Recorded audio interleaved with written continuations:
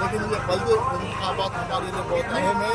ये गंगा जमुना तहजीब को बचाने का इंतखाब है, ये इस मुल्क के दस्तूर को, इस मुल्क के आइन को बचाने का इंतखाब है।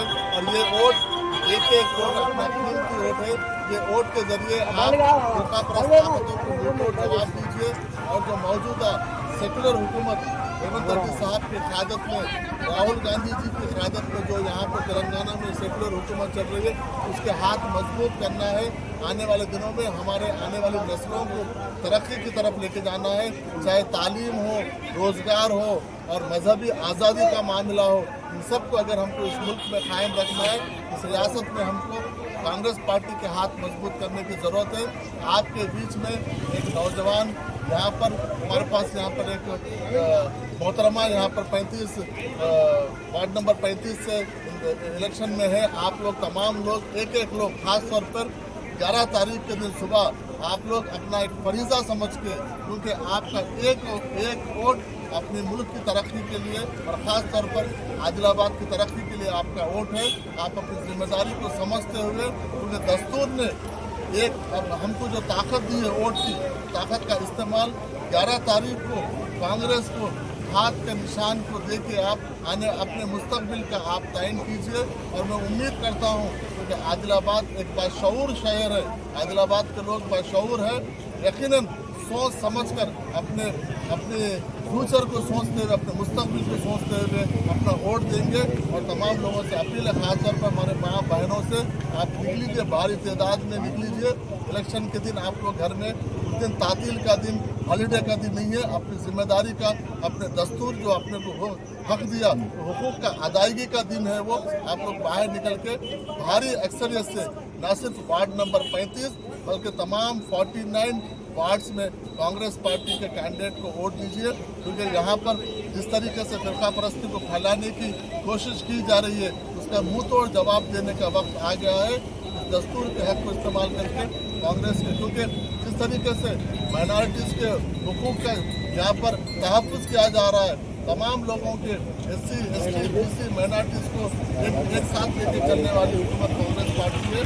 लेकिन आने वाले दिनों में इस आदिलाबाद का डेवलपमेंट आप देखिए, 10 साल जो 2004 से 2014 में जो भी यहाँ पे तरक्याती काम हो, चाहे वो मेडिकल कॉलेज को लेके हो और चीज़ें हो, तो कांग्रेस के दौर में हुए। उसके बाद 10 साल तरक्की नाम की कोई चीज़ नहीं है, सिर्फ करप्शन, वादे वादे वादे।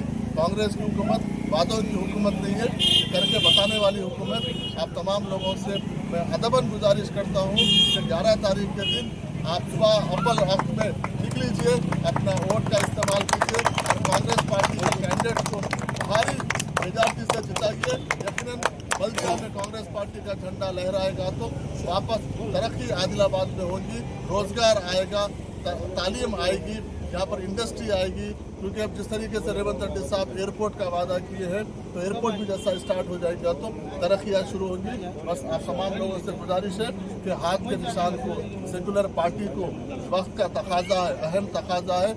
आप लोगों को खासतौर पर फिरका परस्त जमात के जो लोग पार्टियां आ रहे हैं यहाँ पे, हम पिछली बार ML इलेक्शन में, MP इलेक्शन में हमसे कुछ ना कुछ भूल चूक हो चुकी होगी, लेकिन इस बार हम वो गलती को ना दोहराते हुए सेकुलर पार्टी के, सेकुलर जमात के लोगों को यहाँ पर बल्दिया में लेके जाके बिठाइए। आपकी तरक्की होगी, आपकी खुशहाली होगी। बहुत बहुत शुक्रिया।